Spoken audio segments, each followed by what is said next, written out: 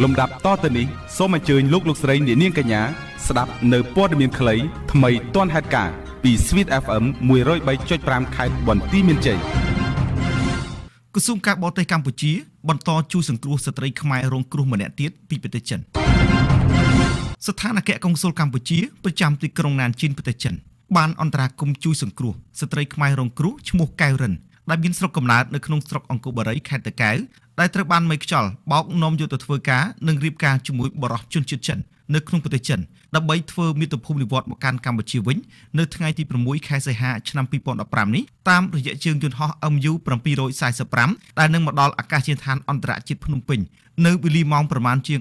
12:40 នាទីថ្ងៃត្រង់នេះចំណែកឯព្រឹត្តិការណ៍ព័ត៌មានអន្តរជាតិវិញអន្តរជាតិប្រាជ្ញាផ្ដល់ជំនួយដល់ភូមាគណៈពេលដែលអ្នកស្លាប់កើនឡើងដល់69នាក់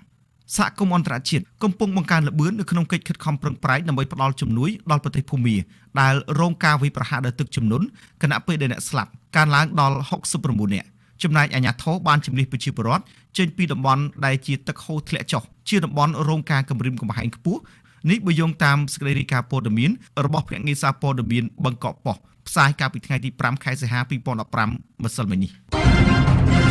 ខ្ញុំឧត្តម Sweet FM បន្ទាយមានជ័យព័ត៌មានខ្លីថ្មីទាន់ហេតុការណ៍ដែលលោកនាងបានស្ដាប់អំបញ្ញមិញនេះចប់តែប៉ុណ្ណេះសូមរងចាំស្ដាប់ព័ត៌មានខ្លីនៅម៉ោងបន្ទាប់ទៀត